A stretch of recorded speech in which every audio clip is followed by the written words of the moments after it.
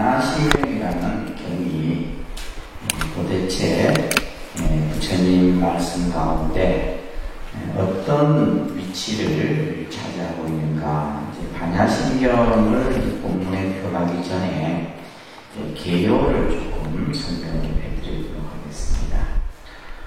먼저 이제 우리가 여러분들이 1학기 때 좀 배웠던 것들을 기억을 하시는가 모르겠습니다.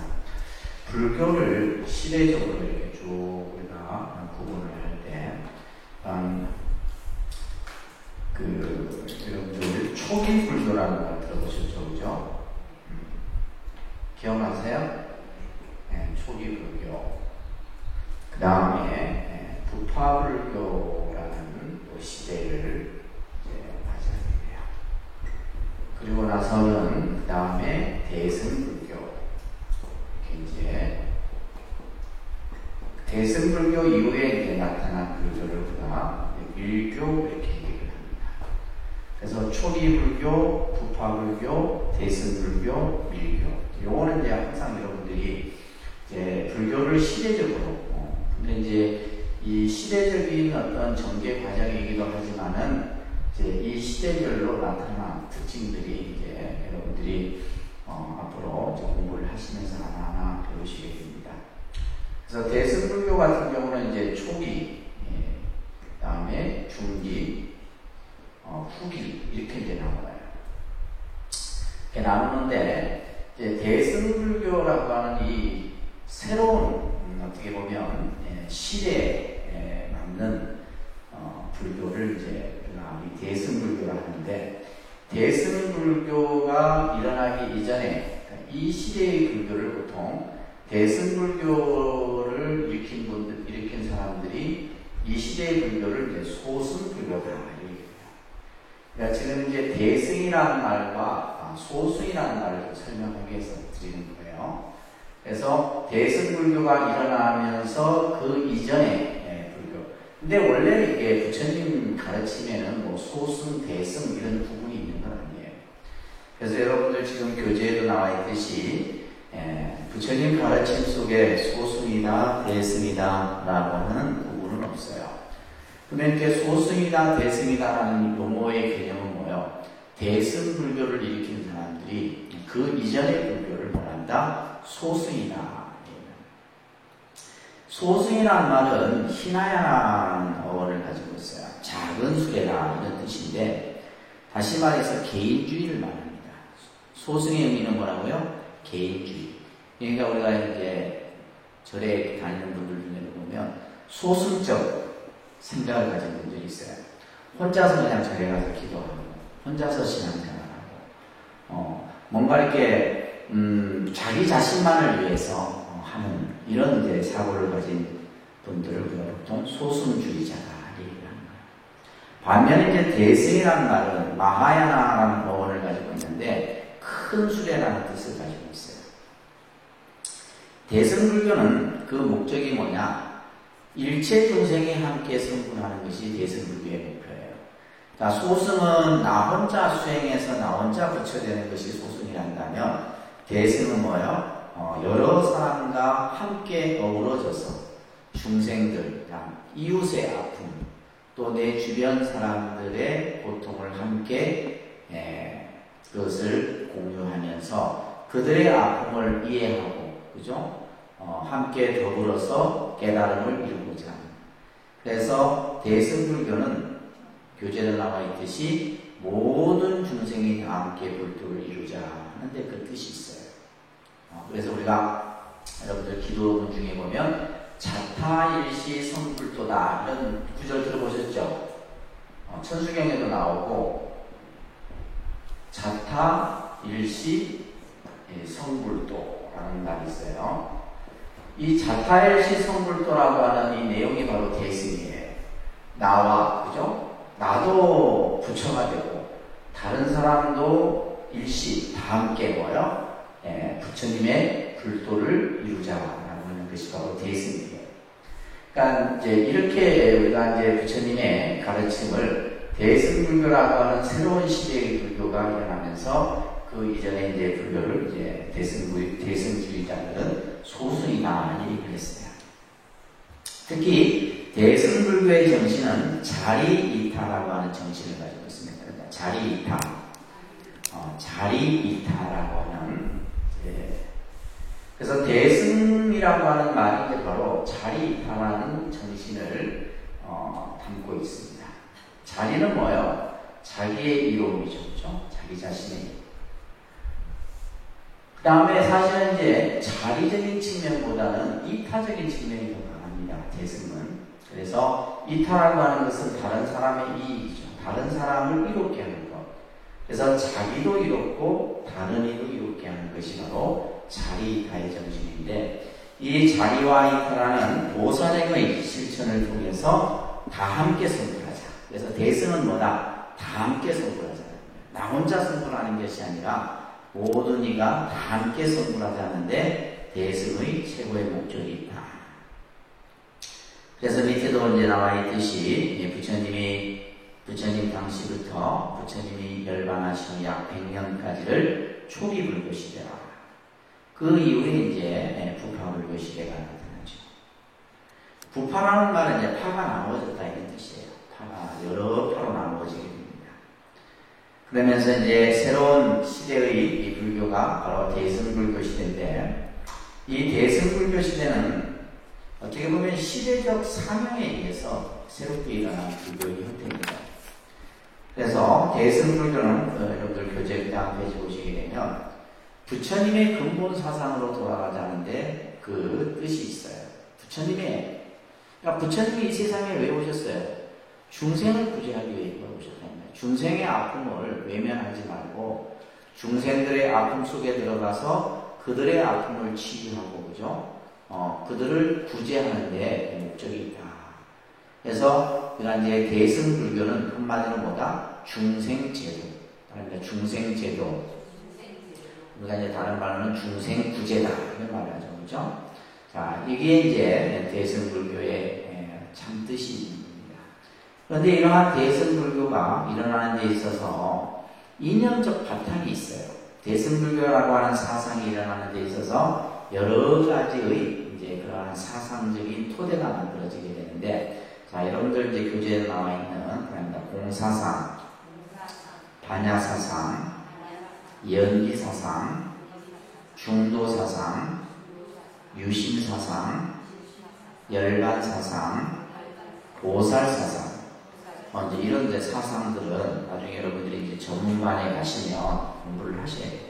그러니까 이런 것들은 이제 하나하나 아주 이제 굉장히 공부해야 될 내용이 많은 내용들입니다. 그래서 대승불교라고 하는 이런 어떤 새로운 불교가 일어나는 데 있어서 이러한 사상적인 토대가 그 근본을 이루고 있습니다. 우리가 이제 오늘 반야신경을 통해서 공부해야 될 사상이 바로 공사상이에요. 무슨 사상이요? 공사상. 바로 이 공사상은 대승경전의 대승불교의 사상적 토대를 이루고 있는 것이 공사상입니다. 그래서 공을 이해하지 못하면 불교를 이해하지 못합니다. 그래서 이제 이 반야신경을 통해서 우리가 공을 공부하게 되는데, 공사상이라고 하는 것은 존재의 원리를 파헤친 것으로서 존재의 원리를 파헤쳤다. 자, 많이 좀 어렵죠, 그죠? 자, 이 공이라고 하는 것이 뭐냐? 공이라고 하는 것이 텅 비어 있는 것을 공이라고 하죠, 그죠? 아무것도 없어요. 근데 아무것도 없지만은 그 아무것도 없는 가운데 모든 것이 그 안에 다 있는 것이 공이에요. 그래서 지금 이제 이 공사상의 공은 뭐냐면 존재의, 그죠? 실상. 존재의 실상. 우리가 이제 존재라는 말은, 그죠? 존재라는 이 용어는 이 우주가, 이 우주의 삼라만상이 우리 눈에 보여지는 것 전체를 존재라 이렇게 표현합니다. 모든 것, 그죠? 우리 지구뿐만이 아니라 이 우주 전체를 다 포함합니다. 그 존재의 실상이라고 하는 것은 참모습이에요. 실상의 뜻이 뭐라고요? 참모습. 그러니까 이 세상이 존재하는 모습이 뭐냐? 지금 여러분들 눈앞에 펼쳐져 있는 것이 뭐냐? 공이다, 이런 얘기예요. 근데 이제 우리 중생은 그걸 공인 줄 모르죠. 공이라고 하는 것은 텅 비어 있다, 이거. 본래 없는 것이다. 이게 이제 공이에요. 그래서 이제 이 존재의 실상을 밝혀놓은 것이 바로 공이에요. 우리는 이제 이 공과 더불어서 또 하나의 개념을 여러분들이 이해를 해야 되는데, 그것이 바로 뭐냐면 연기입니다. 연기. 그래서 공과 연기는 같은 개념이에요. 좀 어렵죠, 그죠? 네, 공과 연기. 근데 이런 용어들은 이제 우리가 불교를 공부하면서 계속해서 이제 들어야 되는 용어들입니다. 그래서 공은 곧 연기다. 연기는 곧 공이다. 이런 말이 있어요. 수학 공식처럼 마찬가지예요. 연기가 공이고 공이 연기다. 그러니까 공과 연기는 뭐예요? 같은 의미다. 근데 연기라고 하는 것은 뭐냐? 존재의 법칙을 밝혀놓은 것이 연기예요. 이렇게 여러분들이 이제 외우셔야 돼요. 공은 뭐다? 존재의 실상을 나타낸 것이 공이고, 연기는 바로 뭐다? 이 세상이 존재하는 법칙이에요. 여러분들이 이 세상에 태어나서 죽고, 그죠? 또 태어나고, 죽고 하는 것이 바로 뭐다? 연기다. 이 세상이 존재하는 모습이 바로 뭐다? 연기다. 모든 것이 만들어지고 없어지는 것 연기예요. 우리가 만나고 헤어지는 것도 연기예요. 이 전부 이것을 우리는 이제 존재의 법칙이다. 공은 바랍니다. 존재의 실상이며, 연기는 존재의 법칙이다. 이 말을 먼저 여러분들이 이제 이해를 하셔야 됩니다. 그래서 반야사상은 우주 삼라만상의 실상, 우주 삼라만상이라는 말이 바로 존재를 얘기하는 거예요. 그 존재의 실상을 설한 공사상을 실천적인 면에서 완성될 때 얻어지는 것이다. 반야라는 말로 이제 지혜라고 하죠. 지혜. 이 지혜라고 하는 것은 뭐냐? 공을 체득함으로써 얻어지는 것이 바로 지혜예요. 공을 우리가, 그러니까 공이라는 것은 이해하는 것이 아니라 공을 체득하는 거예요. 네, 공을 체득함으로써 얻어지는 것이 바로 지혜다. 그래서 다시 말해서 반야라고 하는 것은 공의 이치를 완전히 체득함을 뜻하는 말이다. 그 다음에 금방 얘기했던 연기선은 뭐예요? 우주와 인생의 영원히 변하지 않는 존재의 법칙이다. 연기는 뭐다? 존재의 법칙이다. 공은 존재의 실상이고 연기는 존재의 법칙이다. 우리들이 태어나고 죽고 하는 생사윤회의 순환고리인 12연기는 바로 부처님께서 깨달으신 깨달음의 내용이기도 하죠. 그죠? 그래서 이 연기법은 공사상을 바탕으로 해서 우주와 인생에 대해 철저히 파헤침으로써 존재의 실상을 바로 이해하게 하는 중요한 이론이 바로 연기공이다. 그래서 공과 연기를 모르면 불교를 모르는 거예요. 그래서 그만큼 이 개념이 중요한 겁니다. 그래서 이제 이 반야신경이 바로 이러한 공과 연기의 개념을 살아가고 있는 가르침입니다. 자, 그러면 이제 우리가 이제 공이 뭐고 연기가 뭐다, 대충 이 정도로 설명을 여러분들에게 드리고, 이어서 이제 오시교에 대한 얘기를 조금 설명드릴 거예요. 오시교. 그래서 부처님의 설법을 49년 동안 부처님께서 중생을 위해서 법을 설하셨는데, 그 49년의 설법을 5시기로 나누어서 이제 우리가 요약을 합니다. 이건 여러분들이 외우셔야 돼요. 자, 그다음에 큰 소리로 하엄시. 자, 큰 소리로 하엄시, 아함시, 방등시, 반야시, 법화열반시. 이렇게 이제 5시기로, 그러니까 49년의 설법을 부처님께서 49년 동안 어떤 말씀을 하셨는가 라고 했을 때 이 오시교라는 개념을 가지고 설명을 하는 거예요. 처음에 부처님께서 보리수 아래에서 깨달음을 얻고 나서 21일, 37일 동안 깨달음의 산매에 들어갑니다. 깨달음의 산매. 그 산매를 우리는 해인산매라 해인산매. 그 깨달음의 산매 속에서 자신이 깨달은 그 이치를 부처님께서 설하는데 그 설하는 설법이 바로 화엄경이라는 경이에요. 무슨 경이요? 화엄경. 이 화엄경은 최고의 경입니다. 최고의. 그러니까 이제 이 경은 중생들의 입장에서 보면 도대체 무슨 말인지 이해할 수가 없어. 또 알아듣지도 못해. 예. 그래서 이제 제일 먼저 화엄경을 설하시는데 중생들이 그 경의 이치를 그죠? 부처님의 말씀을 이해하지 못하고 어렵다 생각해요. 어렵다. 그래서 이제 다시 쉬운 내용부터 설하시게 되는데 그것이 이제 두 번째 아함시예요. 아함시. 그래서 12년간을 설합니다. 그래서 12년간 대표적인 이제 설했던 경전이 아함경이라는 경이에요. 아함경.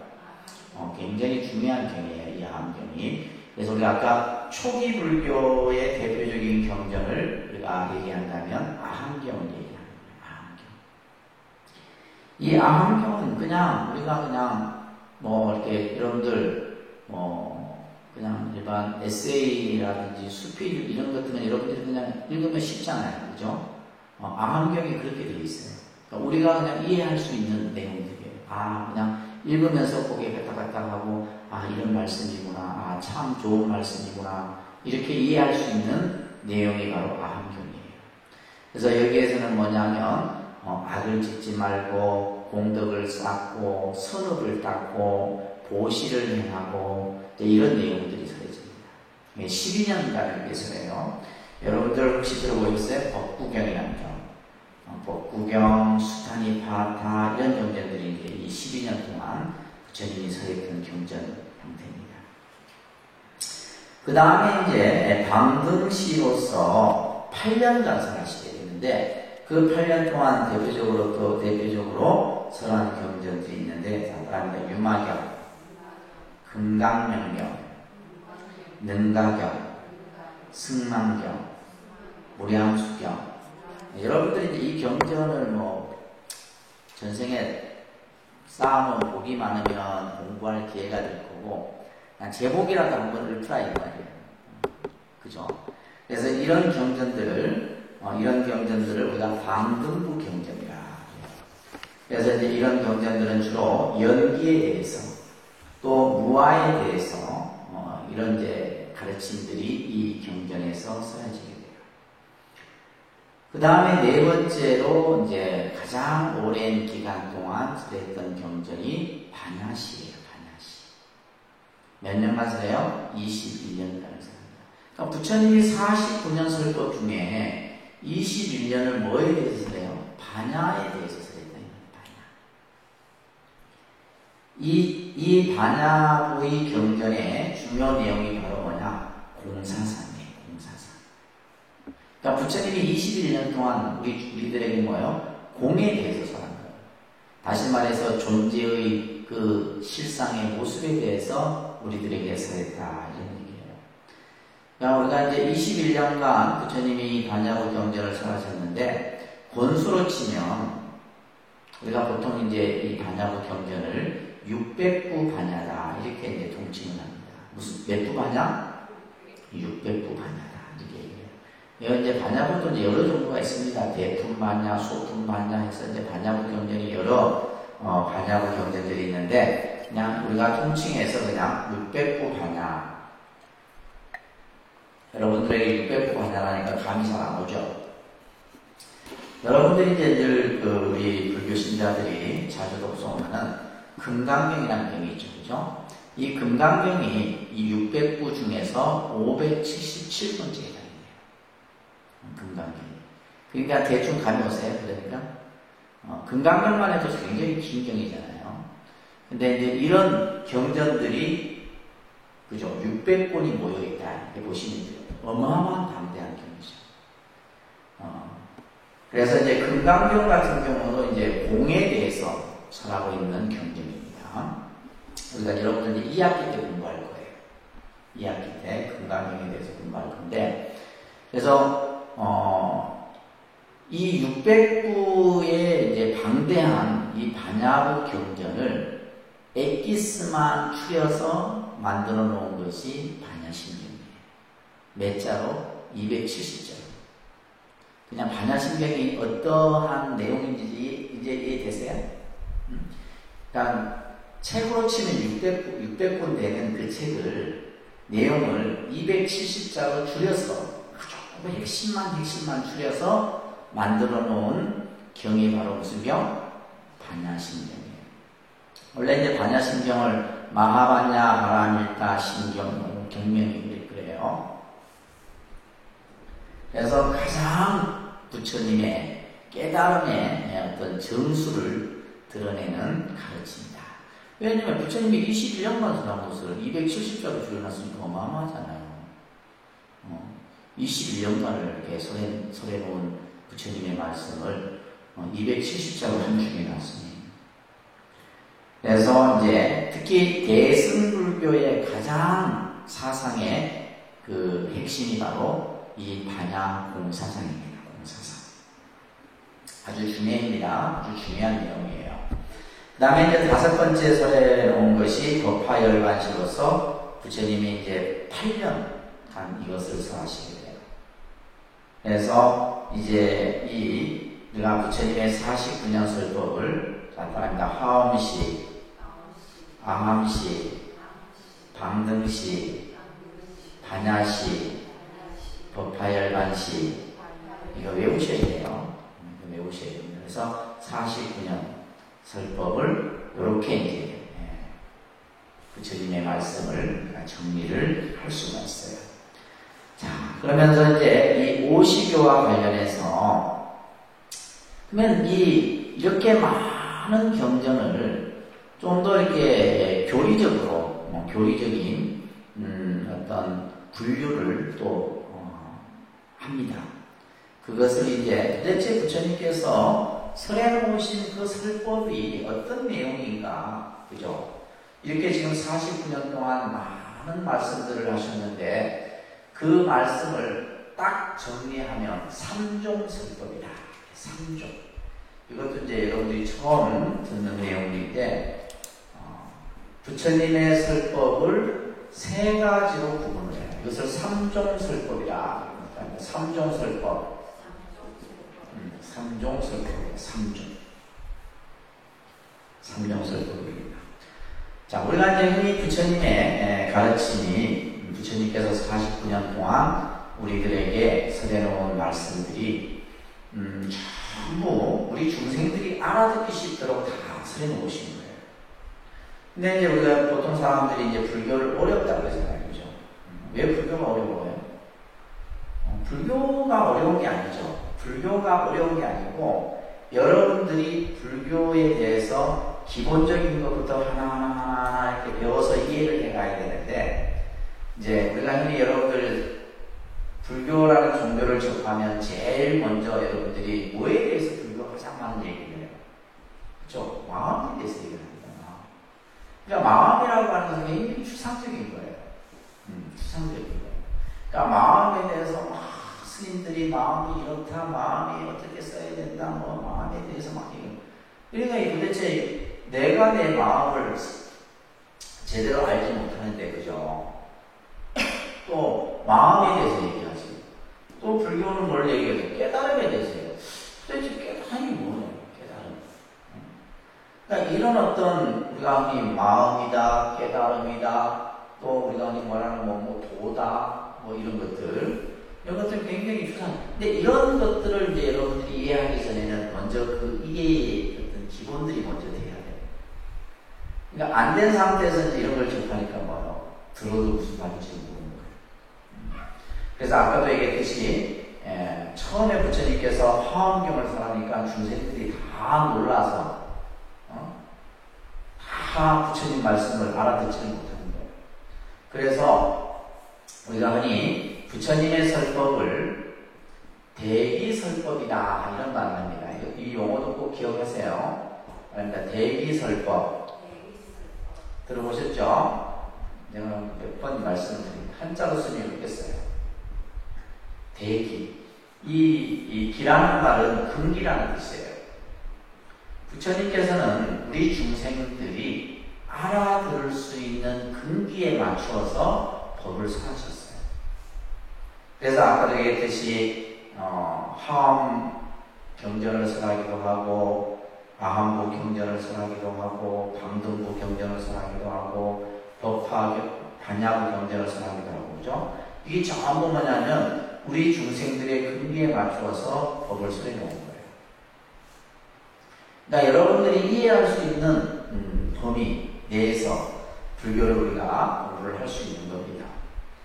자, 그래서 이제 이 부처님의 설법을 중생들이 알아듣기 쉽도록 이제 차제차제로 이렇게 법을 설하시게 되는데, 자, 제일 먼저 설했던 설법을 우리가 상종설법이라 합니다.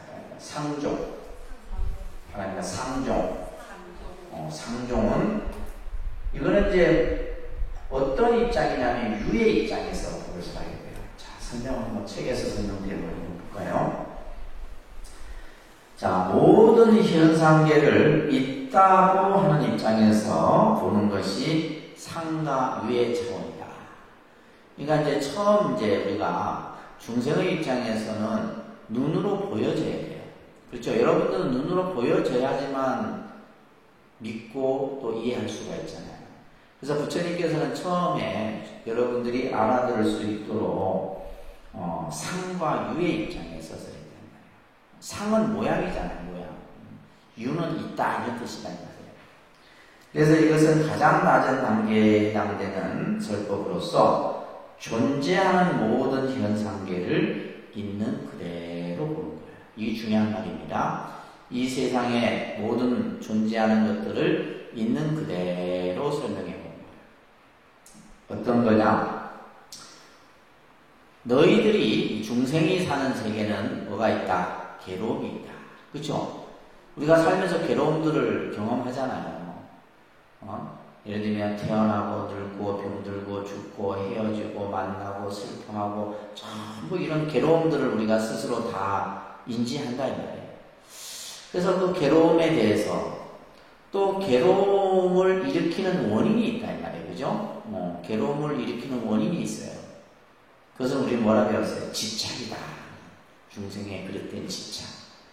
그리고 그 괴로움을 없애는 길도 있고 또 방법도 있다는 것을 부처님이 전합니다. 이러한 설법을 우리가 사성제라 이랍니다. 뭐라 한다고요? 1학기 때 본 건데 기억나나 봐요.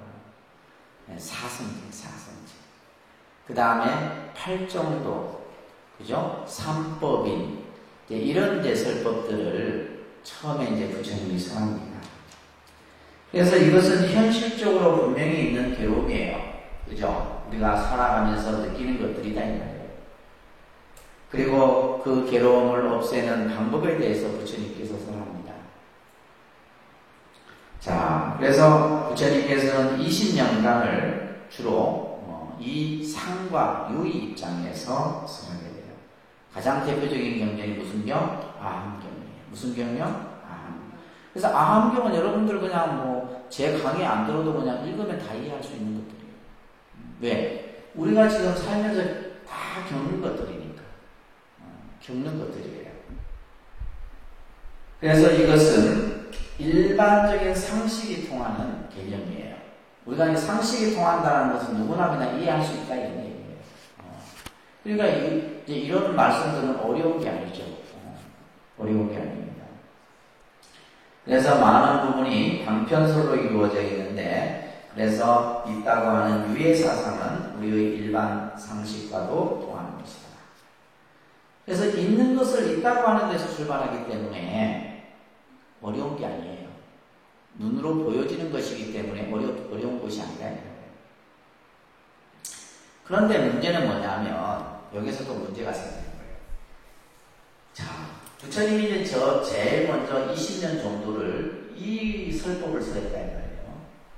그러니까 중생들이 이 세상에 존재하는 것들은 전부 정말 있다라고 생각을 하는 거예요. 그 있다라고 뭘 하는 거예요? 집착을 하는 거예요. 이제 눈으로 보여지는 세계를 먼저, 이것은 어떻게 보면 이제 유라고 하는 것은 긍정이죠. 긍정. 그죠? 긍정적 개념이다. 그러니까 실제로 있는 것이냐 생각을 해서 거기에서 이제 막 집착을 해서 괴로움을 받는 거예요. 그래서 부처님께서 두 번째 법을 설하는데 그 설법이 바로 공종설법이에요. 다른 말로 공종설법. 이것은 어떤 입장이냐면 무의 입장이에요. 무의 입장입니다. 자, 그래서 둘 번째는 현상계를 없다고 하는 입장에서 보는 공과 무의 차원이 바로 공종설법이에요. 이것을 여러분들이 이해를 해야지 이제 불교가 쉬워집니다. 오늘 배우는 것을 잘 이해를 해야지 불교를 보는 안목이 달라져요. 그래서 모든 불교는 이 안에서 다 설명이 되어지는 겁니다. 이것은 모든 현상계를 있는 그대로 받아들일 것이 아니라 텅 비어서 아무것도 없는 것으로 보는 거예요. 자, 이거는 아까 이제 유는 긍정이라 한다면 이거는 뭐예요? 부정이에요. 있는 게 아니다. 여기서부터 이제 어려워지는 거예요. 우리 중생의 입장에서는. 여기까지는 쉬웠어요. 왜? 있는 것을 그대로 그냥 긍정해갖고 부처님께서 설법을 하니까 중생들이 이해하기가 쉬웠는데, 이 세상에 존재하는 것은 뭐다? 텅 비어서 아무것도 없는 것이다. 그러니까 있는 것을 부정하니까 우리 입장에서는 뭐요? 왜 있는데 없다라고 얘기하지? 이 생각을 할 거 아니에요. 있는데 왜 부처님께서 없다라고 얘기하느냐? 이게 바로 뭐요? 부정이에요. 긍정을 하고 그 다음에 부정을 해요. 그래서 텅 비어서 아무것도 없는 것으로 보는데, 자, 여기서는 이 세상의 모든 존재는 있는 것이 아니다. 우리가 있다라고 생각하지만은 실제로는 있는 게 아니에요. 있는 게 아니에요. 우리가 여기 지금 컵이 있고, 뭐 예를 들면 여러 가지 물건들이 있지만 이것은 있는 게 아니다. 실제 하는 게 아니에요. 실제 하는 게 아니에요. 전부 뭐예요? 그냥 이름을 붙여놨을 뿐이에요. 가명이다. 가명. 실제 하는 것이 아니라. 그래서 모든 존재는 있는 것이 아니라 텅 빈 것으로 보아야 한다는 공의 사상을 설명하게 된 겁니다. 그래서 모든 현상계는 텅 빈 상태로 존재하게 됩니다. 그래서 반야식경에 보면 일체 개공이다. 일체는 다 뭐다? 공이다. 이렇게 얘기합니다. 여기서 이제 어렵잖아요. 이제 여러분들이 다 지금 어려운 표정들을 지금 앞에까지는 이제 쉬웠는데 일체는 공이다 하니까 이게 도대체 이게 무슨 말이에요? 그죠? 왜 있는데 자꾸 부처님은 없다 하느냐? 그래서 실상을 공한 것으로 보는 뭐가 필요한 거예요? 지혜가 필요한 거예요. 이게 바로 반야예요. 반야. 이 세상이 공인 줄 아는 그 지혜가 바로 반야다. 그래서 부처님께서는 21년을 그죠? 이 공종설법을 설하시게 됩니다. 그러니까 앞에 20년 가까이는 상종을 설하고 그 다음에 또 20년 가까이는 공종을 설해요. 그런데 이제 또 문제는 뭐냐면 중생들이 또 뭐에 집착을 해? 무에 집착을 합니다. 무에 집착. 여기 또 집착을 합니다. 이 집착을 하면 뭐가 되는 거예요? 괴로움이 생기는 거잖아요. 그래서 이제 부처님이 또 설법을 합니다. 그 설법이 바로 뭐예요? 성종설법이에요. 그러니까 성종.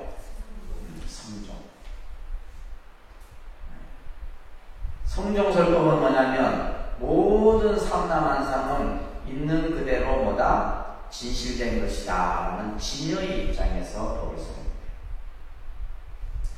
그래서 상종설법은 이거는 이제 아함경이 여기에 해당되고 그죠? 그 다음에 공종은 어디에 되는데?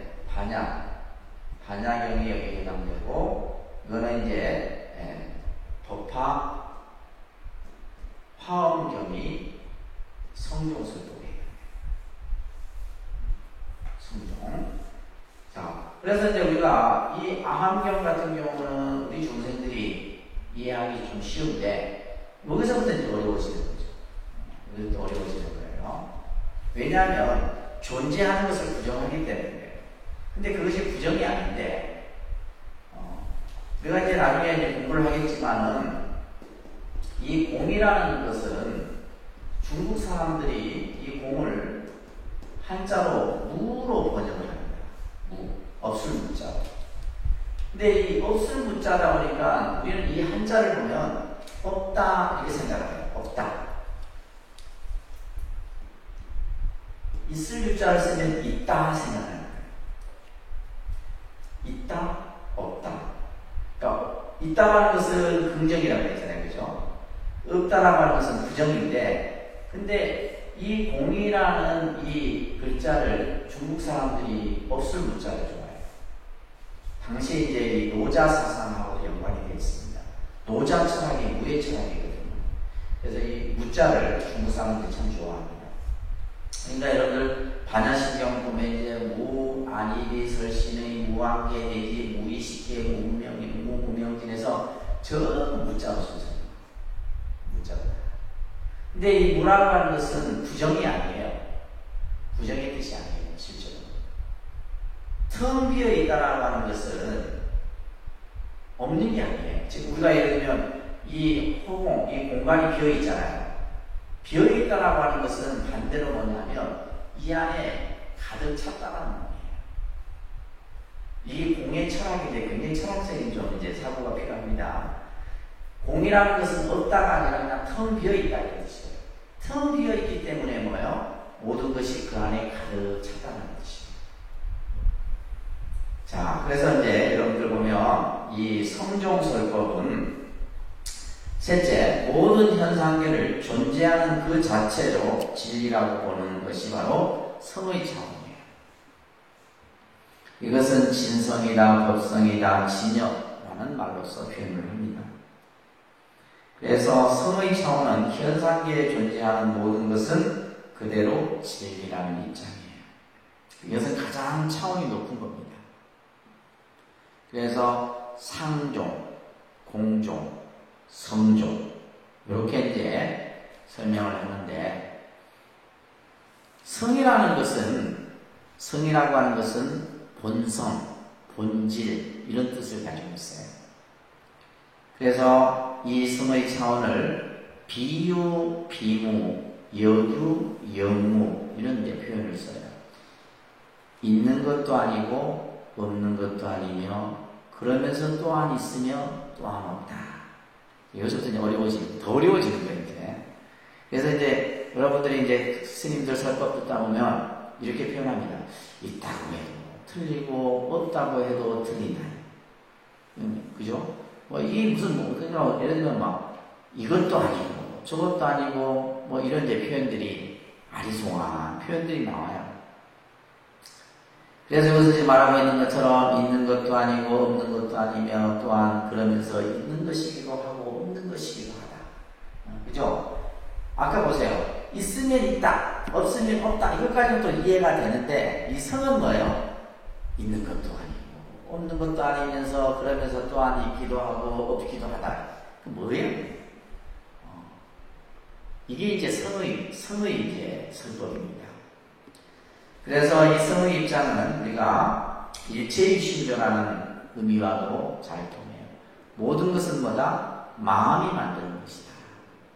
그러니까 마음이 만든다는 것은 이것은 있다고도 할 수 있고 없다고도 할 수 있으며 그러면서도 또 뭐예요? 그렇잖아요. 우리가 마음이라고 하는 것은 모든 것이 다 이 마음 안에 담깁니다. 마음이 만들어내는 거예요. 있는 것도 마음이 만들어내고 없는 것도 마음이 만들어내고 모든 것은 다 마음이 만들어내는 거예요. 그래서 이 모든 것은 오직 마음이 만들어낸 것이므로 그 자체가 바로 진리와 통하는 겁니다. 그래서 부처님의 말씀을 이제 이러한 상공성의 3종으로 분류를 해서 설명을 해요. 이걸 이해하지 못하면 불교는 어려워져요. 불교는 어려워요. 자, 그것을 이해하기 쉽도록 몇 가지 예를 들어요. 이걸 잘 보세요. 여러분들이 자주 들었던 말이에요. 산은 산이요, 물은 물이다.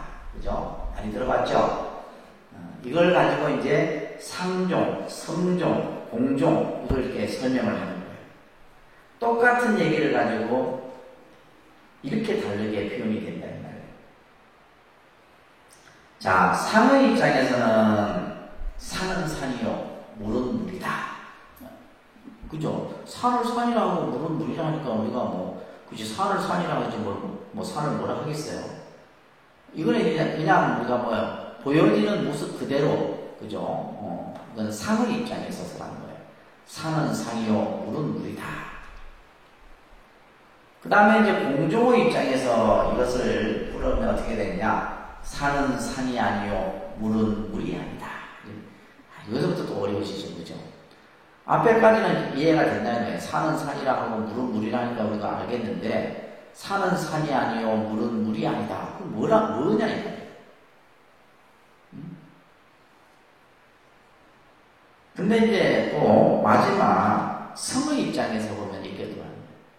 산은 다만 산이요, 물은 다만 물이로다. 자, 똑같은 지금 하나의 그것을 가지고 이렇게 말의 표현이 난 거예요. 그러니까 우리가 예를 들면 공종이나 성종의 입장에서는 우리 중생들이 이해하기가 쉽지 않다 이 말이에요. 무슨 말인지 아셨어요? 그러니까 여러분들이 불교가 어렵다라고 하는 것은 바로 이러한 공과 성의 입장에서 설해지는 설법을 들으면 이해가 안 되는 거예요. 왜? 내가 아직 그것을 이해할 수 있는 뭐가 안 돼요? 근기가 안 되기 때문에. 자, 예를 들면 뭐 사홍소원에 우리가 이런 말이 나오죠. 중생무변소원도다. 중생이 한량이 없지만은 내가 맹세코 어떻게 하겠다? 제도하겠다. 자, 이것을 이제 상의 입장에서 보면 제도해야 할 중생이 있어요. 중생이 있다 이 말이에요. 그죠? 우리가 중생이라고 하는 것은 모든 생명을 중생이라고 하잖아요. 그러니까 금강경에도 보면 모양이 있는 중생, 모양이 없는 중생, 생각이 있는 중생, 생각이 없는 중생 이렇게 해서 구류 중생을 설명을 해요. 유상, 무상, 비유상, 비무상 이렇게 해서. 그러니까 제도해야 될 뭐가 있어요? 중생이 있어요. 그런데 공의 입장에서 보면 중생 또한 공한 것이에요. 중생이라 할 만한 것이 없다 이런 얘기예요. 그러니까 다시 말해서 뭐요? 제도되어져야 될 중생이 없는 거예요. 이게 공의 입장입니다. 그런데 성의 입장에서 보면 이렇게 설명하는 거예요. 중생이 부처다. 이런 말 우리 많이 듣잖아요. 중생이 부처다. 그러니까 이제 예를 들면 중생이 부처다라는 말은 뭐냐면 이건 굉장히 높은 차원에서 설명하는 설명이에요. 그러니까 이제 이런 얘기를 들으면 일반 사람들은 무슨 말인지 이해가 안 되는 거죠. 다시 말해서 번뇌가 보리다 라는 말과 똑같은 거예요. 아니 번뇌하고 보리가 어떻게 같아요? 우리가 중생 입장에서는 다르다 이 말이에요. 그런데 번뇌가 보리고 중생과 부처가 어떻게 같냐 이 말이에요. 그런데 성의 입장에서 보면 중생이 곧 부처고 부처가 곧 중생이다. 이런 이제 좀 차원이 높은 설법들이 우리가 불교에서 말하는 겁니다. 그래서 삼종을 우리 삶에 비추어 볼 때 그대로가 전부이냐 착각하여 사는 것이 상이나 유입니다. 그냥 우리가 마치 눈에 보이는 것만을 가지고 보는 것은 상의 입장이다. 눈으로 보여지는 것들. 그러나 인생이 뭐예요? 허무하잖아. 공하잖아요. 우리 살아가는 삶이. 그것은 바로 뭐예요? 공과 무의 입장이에요. 우리가 살아도 산 게 아니다 이 말이에요. 그렇지 않아요? 살아도 산 게 아니에요. 우리가 그냥 살았다 죽었다라고 하는 것은 숨을 쉬고 있다 안 쉬고 있다 이 차이뿐이에요. 오늘 여러분들이 지금 이렇게 살아서 숨을 쉬고 있지만 1시간 이후에 어떻게 될지 모르는 거예요. 이게 바로 뭐예요? 공의 입장인 거예요. 그래서 그렇지만 공하다에서 아무것도 없는 것이 아니에요. 공하다에서 그것을 자체를 규정하는 것이 아니다. 상의 입장에서는 사는 일 그 자체에만 매달려 살게 되지만 공한 입장에서 보면 우리가 좀 더 인생을 깊이 들여다보고 사는 거예요. 그러니까 우리가 예를 들면 하루하루 그냥 바둥바둥 되면서 살아가는 것들은 뭐예요? 상의 입장이에요. 아침에 일어나서 그냥 막 출근해서 일하고 막 또, 그죠? 365일 막 살아가는 거예요. 근데 어느 날 문득 되돌아보면 내가 지금까지 뭘 했지? 그죠? 해놓은 것이 없어. 내가 지금까지 막 30년, 40년, 50년을 열심히 살았는데 돌이켜보면 아무것도 없는 거예요. 본래 무일물이다 이런 말이 있어요. 그러니까 선에서 이제 자주 쓰이는 말인데 아무것도 없는 거예요. 그래서 우리가 예를 들면 빈손으로 왔다 빈손으로 간다는 건 공의 입장인 거예요. 빈손으로 왔다 빈손으로 간다는 것은 공의 입장에서 이제 개념에서 쓰여지는 표현인 거예요. 그래서 우리 삶이 이런 어떤 공의 입장에서도 살아가는 지혜의 안목이 또 때로는 필요합니다. 그러나 가장 차원이 높은 성의 입장에서 보면 우리 인생은 멋진 거예요. 무슨 말인지 아셨어요? 우리 인생은 멋지고 살아볼 만한 가치가 있다는 거예요. 이게 성의 입장이에요. 이렇게 부처님의 설법은 중생의 보는 그런 어떤 견해에 따라서 때로는 상종, 때로는 공종, 때로는 성종의 설법들이 다양하게 설해지는 겁니다. 그래서 이제 불교가 사실은 다른 어떤 종교보다도 사상적으로나 철학적으로나 어떤 우리가 흔히 말하는 어떤 이념적으로나 그 깊이가 깊다라는 거예요. 보는 각도에서 다양하게 볼 수 있는 설법들이 설해지는 거예요. 그래서 어떤 경우라 해도 우리는 이러한 상공성의 세 가지 견해에서 세상을 비추어 볼 수 있는 겁니다. 그러니까 현상계를 볼 때 한 가지 견해라만 고집해서 보면 안 된다는 거예요. 그죠? 하나의 입장에서만 보면 안 된다는 거예요. 그래서 보는 각도에서 다른 거예요. 여러분들의 생각은 이것은 이렇다라고 하지만은 그 견해 또한 뭐예요? 제3자가 봤을 때는 다른 각도에서 볼 수도 있는 거예요. 다른 견해가 생길 수도 있다 이런 얘기예요.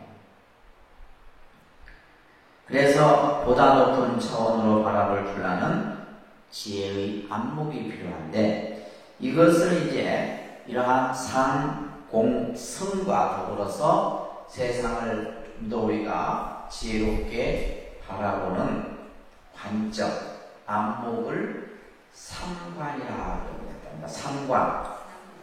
자, 여러분들 오늘 오시교, 삼종, 상관에 대해서 지금 이제 세상을 어떻게 바라보느냐, 세상을 어떻게 바라보느냐. 여러분들이 세상을 살면서 어떤 관점에서 바라보고 사느냐. 이것을 이제 상관이라 그럽니다. 이 관자는 뭐요?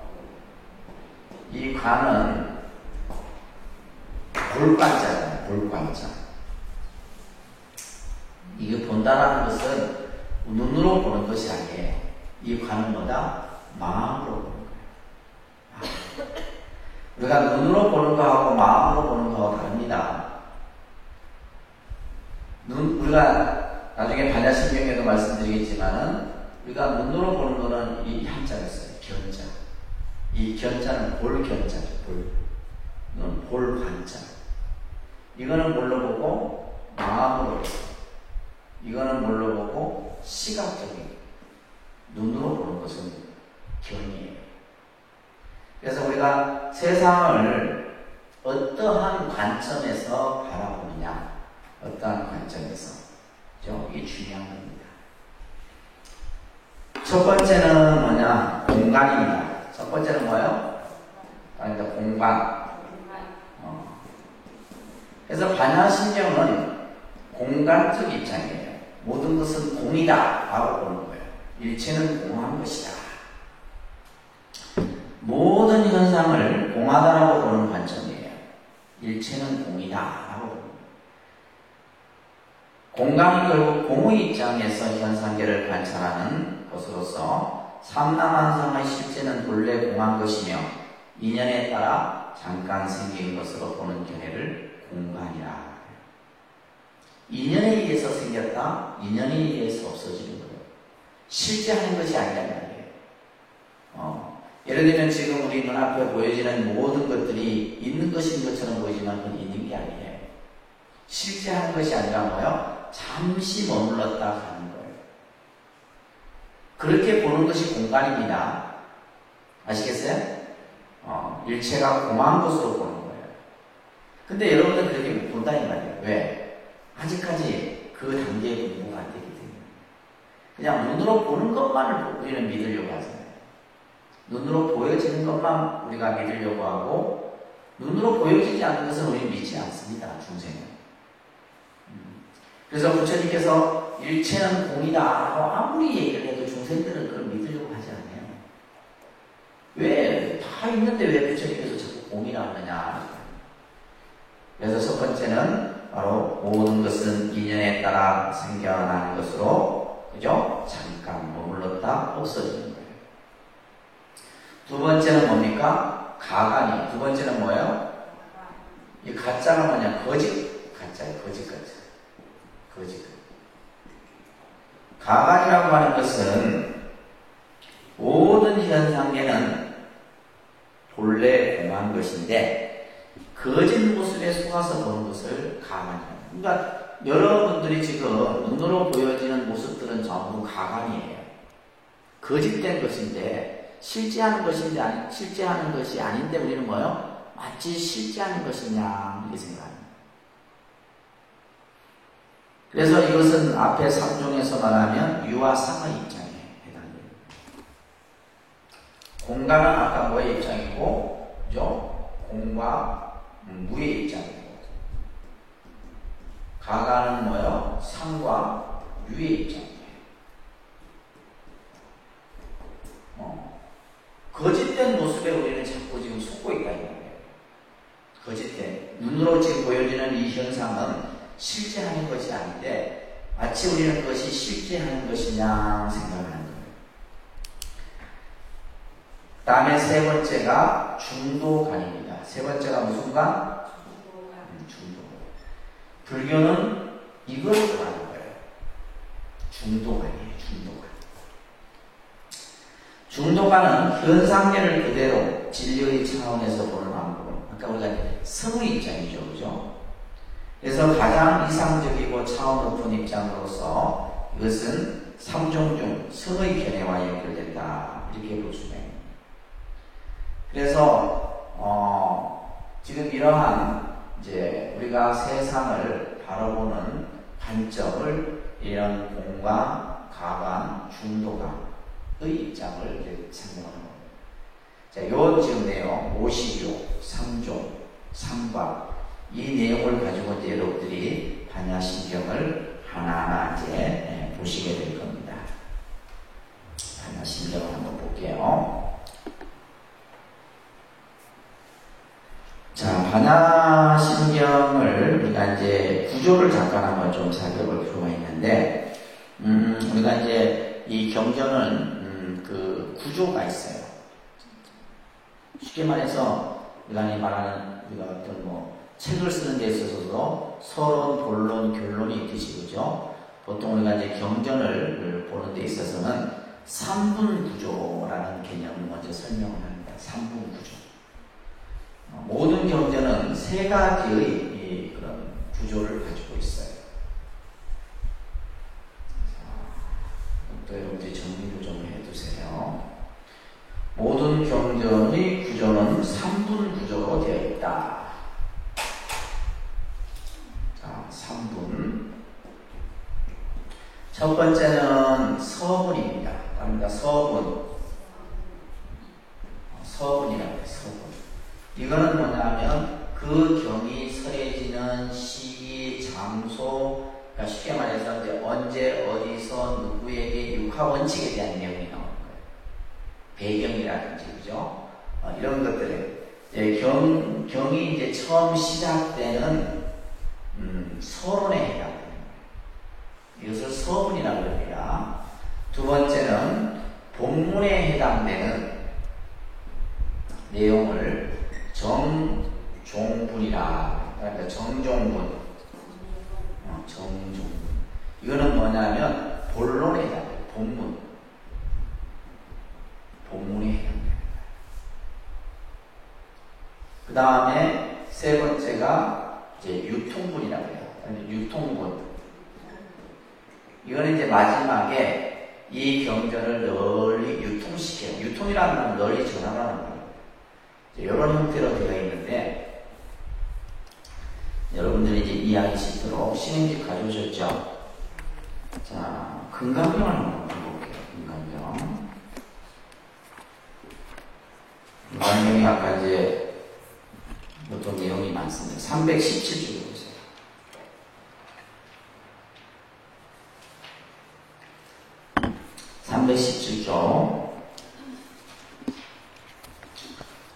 이 금강경문도 마찬가지로 이제 3분 구조로 이렇게 이루어져 있어요.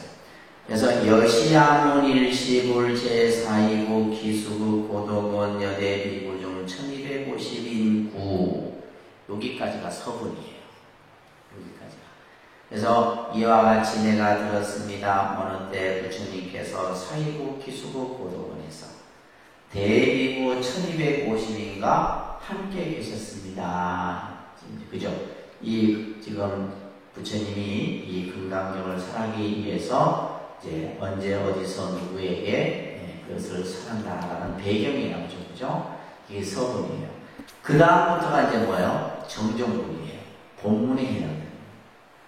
여러분 다 본문입니다. 본문인데 저 끝에 가요. 끝에 맨 뒤에 보면 이제 355쪽에 보면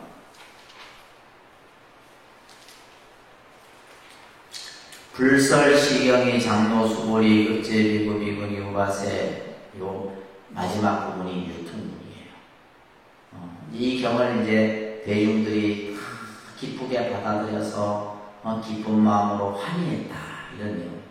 그래서 이런 식으로 이제 모든 경전은 3분 구조로 이루어져 있다 이런 얘기예요. 무슨 말인지 아시겠죠? 어떤 경전인지 마찬가지입니다. 어떤 경전이든지 다 이런 구조로 이루어져 있어요. 이 지금 반야신경 같은 경우는 이제 조금 달라요. 아까 609의 방대한 경전을 270자로 함축해 놓은 거기 때문에 실제의 경하고는 조금 다른 구조예요. 그래서 지금 여기서는 이제 지금 4분 구조의 형태로 우리가 지금 설명을 하고 있는데,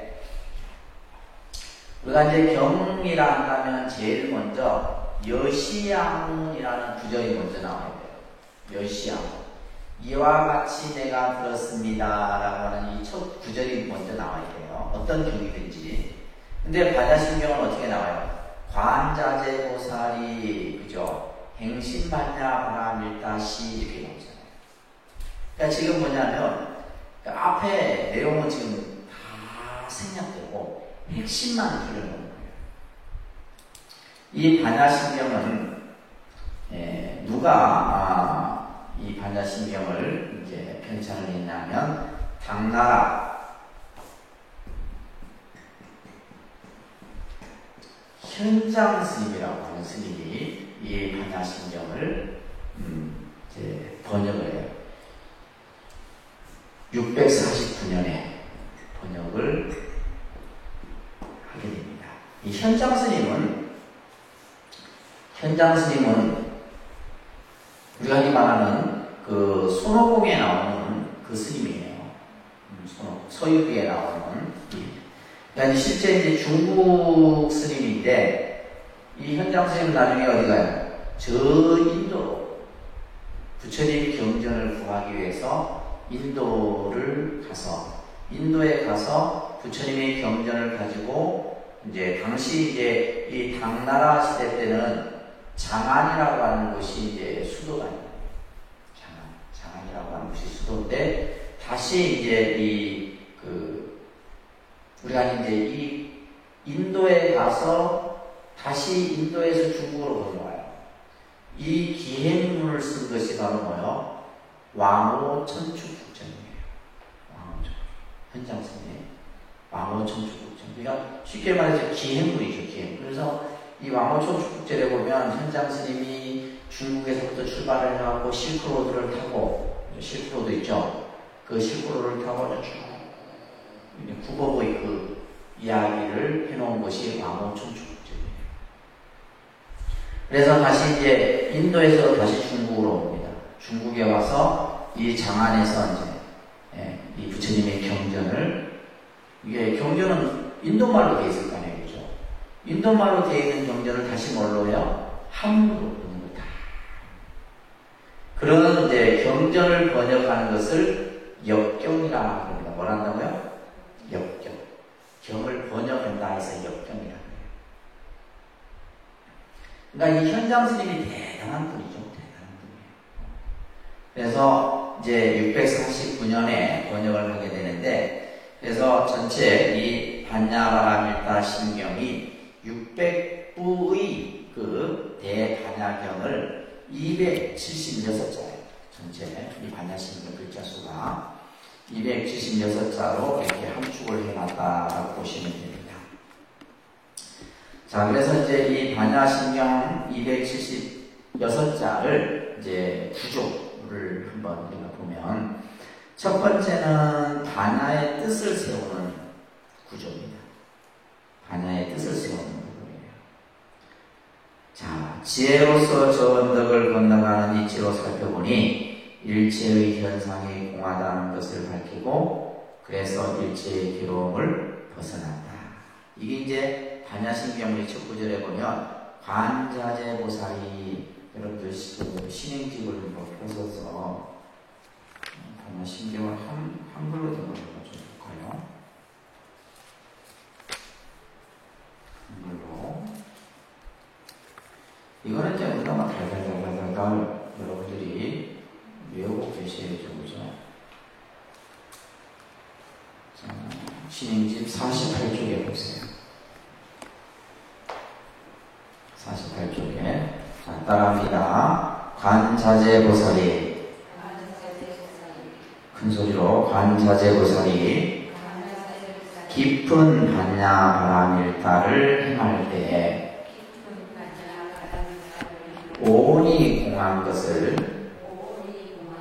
비추어 보고 온갖 고통에서 건너느니라.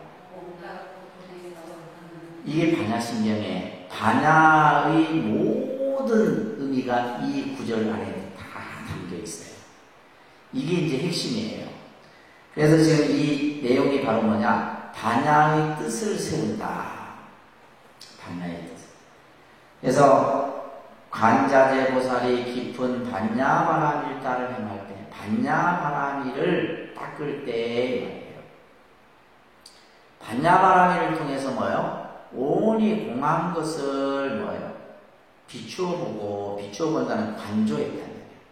일체가 다 공하다는 것을 비추어보고 모든 괴로움에서 건너셨다.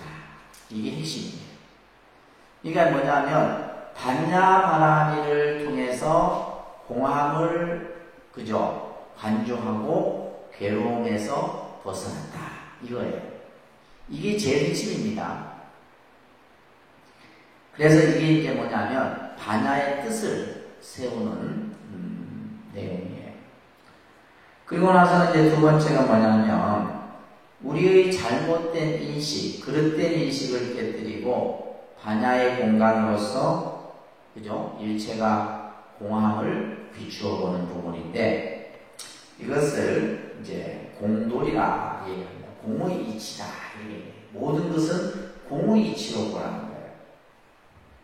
그래서 모든 물질 현상은 공이며 공이 또한 일체의 현상이다.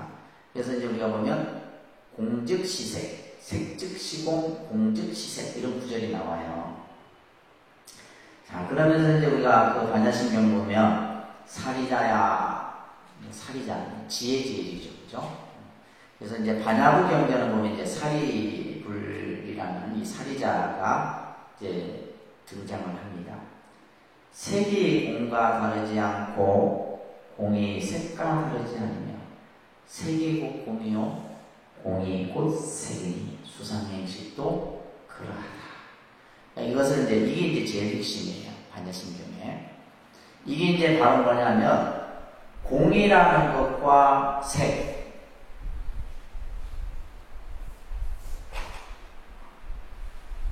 나중에 이제 원문에서 또 설명을 드리겠지만은 공은 뭐예요? 공은 이거는 실상이에요. 실상. 색은 뭐냐면 이거는 현상이에요. 우리가 이제 현상은 뭐냐면 나타난 모습을 현상이잖아요. 그러니까 지금 여러분들 눈에 보이는 것은 색이에요. 그러니까 색은 이건 물질을 얘기하는 물질. 그죠? 이 지금 전체를 이루고 있는 이것은 색이에요. 그런데 그 색, 이 색의 어떤 본, 참 모습은 뭐다? 공이다. 이런 얘기예요.